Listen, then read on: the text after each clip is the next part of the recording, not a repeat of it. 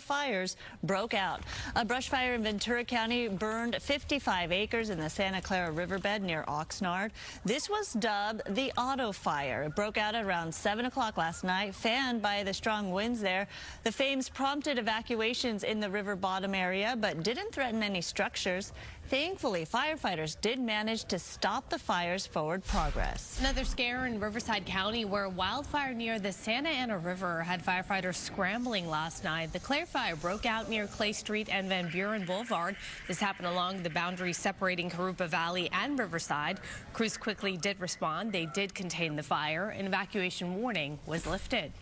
Now check on our two largest fires in this area. First, the Palisades. Nearly 24,000 acres have burned. It's 17% contained right now, and crews are focusing their efforts on protecting homes in the Mandeville Canyon area ahead of another round of potentially damaging Santa Ana winds today. Next, the Eaton fire. Same situation here. Concerned about those gusty winds. This fire has burned a little more than 14,000 acres.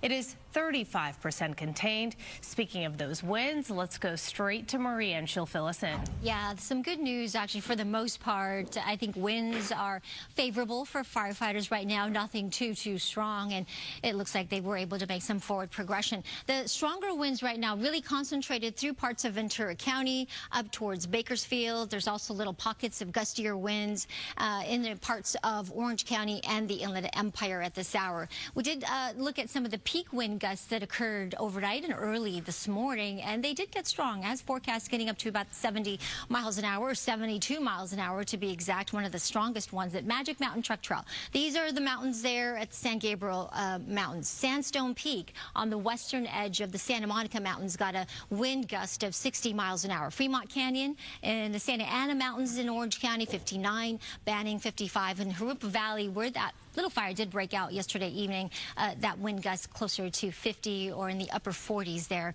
miles per hour. Strong Santa Ana winds will still be with us today. Pockets of some moderate to strong winds, and we're still looking at those high wind gusts close to 60, even 70 miles an hour possible. That wildfire danger, of course, still very high, extreme, in fact, with those red flag warnings in effect, and that means rapid fire growth potential. If we were to get a spark, you would get a fire, and it would spread rapidly under these very windy conditions. In the meantime, temperatures are cool. 65 in Burbank, 16 Las Vegas, 66 in Palm Springs if you're headed there. Again, we've got a slew of advisories and alerts. We'll go over them in detail, but it does include those high wind warnings and red flag warnings. I'll send it back to you. Maria, thank you. The search continues this morning for dozens of missing people in the wake of the devastating fires. The official death toll stands at 24. But LA County Sheriff Robert Luna says 24 individuals remain unaccounted for at this point, and mostly in the Eaton and Palisades fire zones.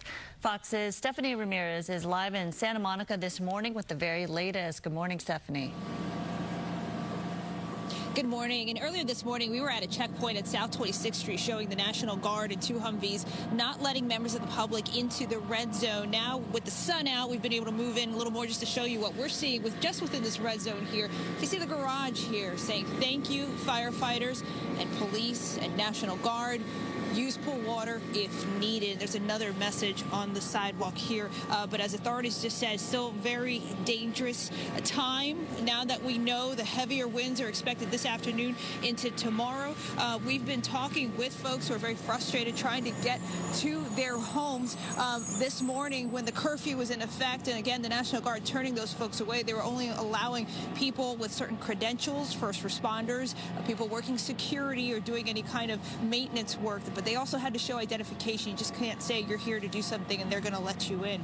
Guys, I also want to talk about the fire, the Palisades fire especially. Hearing some good news this morning, because earlier this morning we were noting and reporting that it was about 14% contained, but as you mentioned, it's now up to about 17% contained. Still nearly 23,000 acres of fire destroyed, land and homes and businesses destroyed. And so that's why officials have been working extra hard with the threat of hurricane force winds pushing that fire even further. They've been working extra hard to make sure they're clearing the brush brush around surrounding homes that could potentially be in the way of that threat. That is on one front. The other front is still that recovery effort that you just mentioned. We know at least 6 people are still missing in just the Palisades fire alone, and then we have at least 8 people who lost their lives sadly in this. I did speak with a worker this morning who was there 1 week ago when the flames were encroaching. He spoke with us this morning.